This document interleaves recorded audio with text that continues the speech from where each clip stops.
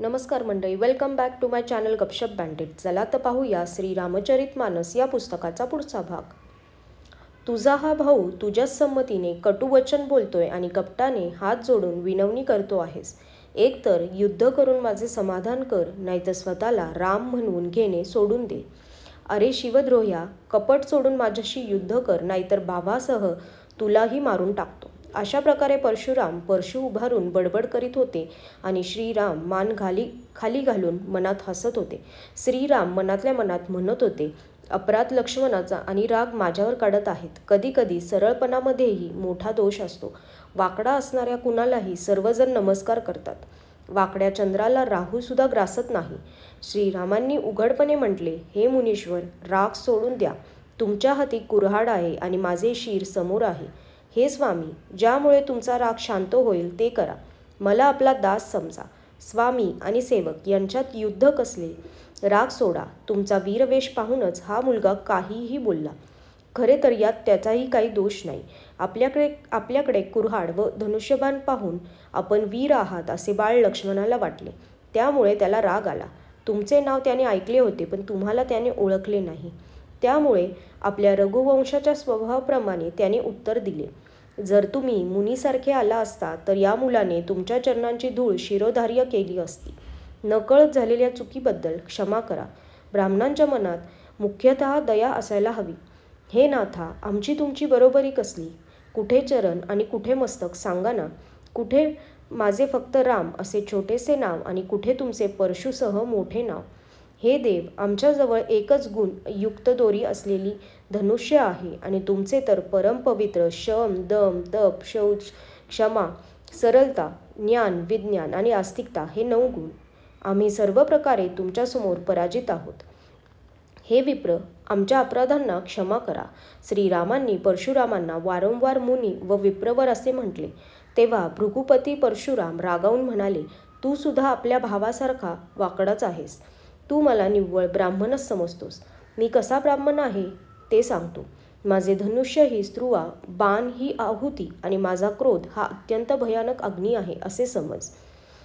चतुरंगिनी सेना या समिदा आहेत. मोठमोठे राजे यज्ञातील पशु आहेत. परशुने कापून मी त्यांचा बळी दिला आहे. असे कोट्यवधी जपयुक्त रणयज्ञ मी केले आहेत. अर्थात ज्या प्रकारे मंत्रोच्चारापूर्वक स्वाहा म्हणून आहुती दिली जाते त्याप्रमाणे मी आवाहन करीत राजांचा बळी दिलेला आहे.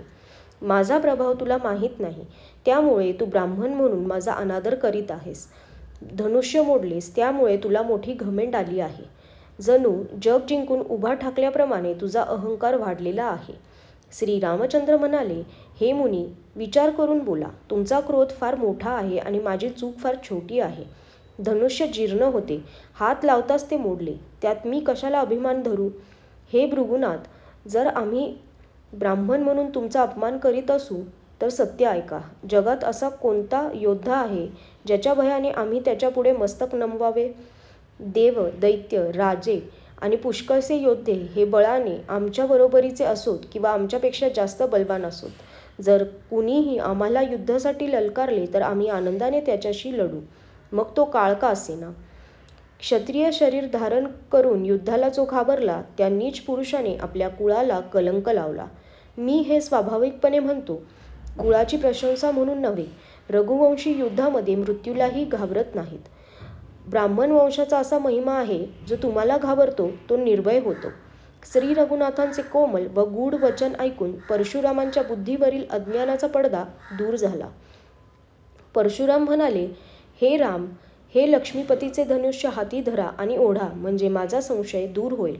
परशुराम जेव्हा धनुष्य देऊ लागले तेव्हा ते आपोआप श्रीरामांच्या हाती गेले. परशुरामांना मनातून आश्चर्य वाटले. त्यांनी श्रीरामांचा प्रभाव जाणला. तेव्हा त्यांचे अंग आनंदाने रोमांचित झाले. ते हात जोडून म्हणाले, त्यांच्या हृदयात प्रेम मावत नव्हते. हे रघुकुलरूपी कमलवनाच्या सूर्या, हे राक्षस कुलरूपी दाट जंगलाला जाळून टाकणाऱ्या अग्नेय, तुमचा विजय असो. हे देव, ब्राह्मण व गायी यांचे हित करणारे, तुमचा विजय असो. हे मद, क्रोध आणि भ्रम यांचे हरण करणारे, तुमचा विजय असो.